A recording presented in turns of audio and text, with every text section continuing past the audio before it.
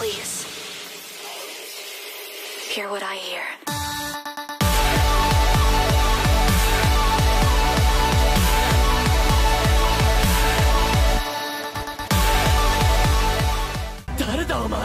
So we back from watching Dragon Cry in Japan at the premiere, and then for the second, third, fourth, and fifth time, if you haven't seen them yet, FairyTail Japan premiere exclusive Dragon Cry books at soulanimation.bigcartel.com. Go get them before they sell out in my store. The link will be in the description. These holographic covers are absolutely sick. You have to go check them out on my website. If you already ordered, please be patient. Be on the lookout on my social media to find out when they ship out. They're coming from Japan, and there will 100% be spoilers in this video, so you have been warned.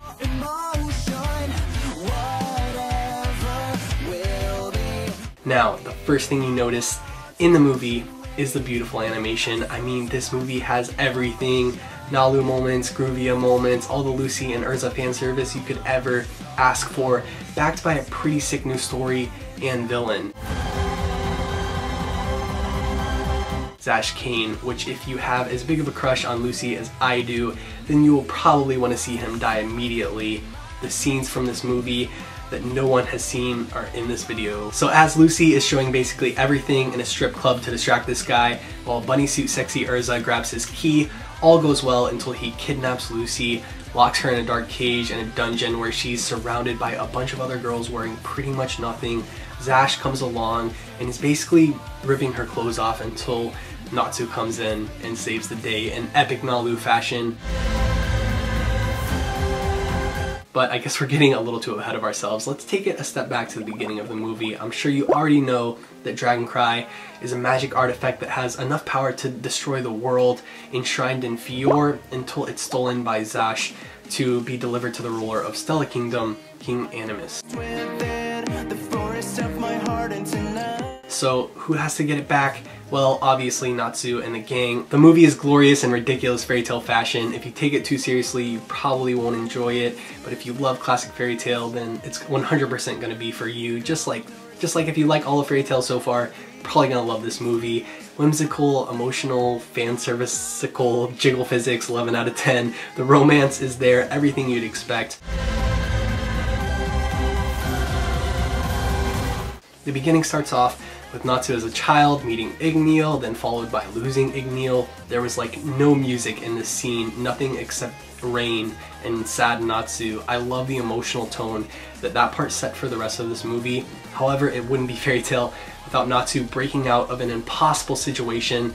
So that happens as well in the beginning of the movie. Then comes the slaughter of a bunch of people by Zash, and also the kidnapping of the lady who is like the captain. He can pretty much control people. That's really his power. And you have Natsu, Lucy, and Happy together for the first time that we see them in the movie in this brand new beautiful animation that you see for the first time, and you're like, wow, it's such a pleasure to see. There was this NaLu moment where their faces get super close together as if they're about to kiss, and Wendy gets in the way.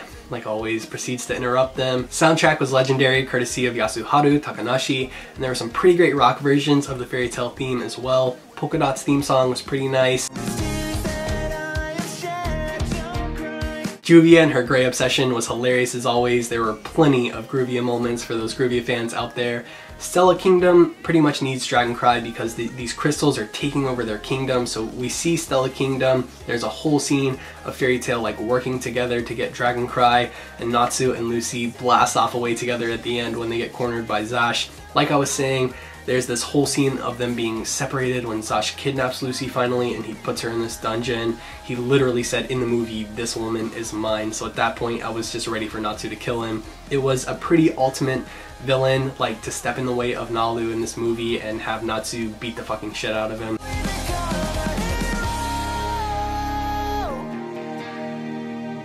I believe it's after they get attacked in the forest by the new villains that we see the beautiful crystal and night sky scene between Lucy and Natsu, which was just to die for. Not to mention the animation of them holding each other at the end of the movie with that beautiful sky in the background, everything. I personally think this confirms them. The dragonized Natsu you've all seen. I believe this is his final E.N.D form. The crystallized dragon as well was pretty sick. I mean, it's pretty unthinkable that Natsu gets one-shotted. There's like a hole in his freaking chest from the dragon. He's dying. But after he remembers so many beautiful fairy tale moments, Erza, Gray, his dream ends with Lucy in a beautiful white dress on this summer day, and he heals from Lucy's teardrop. It was beautiful. Lucy is our one and only savior after all. For Erza, we see most of her armor transformations in this. I mean, I was hoping she'd have a little bigger of a part in the movie with Jellal, but nonetheless, she was gorgeous.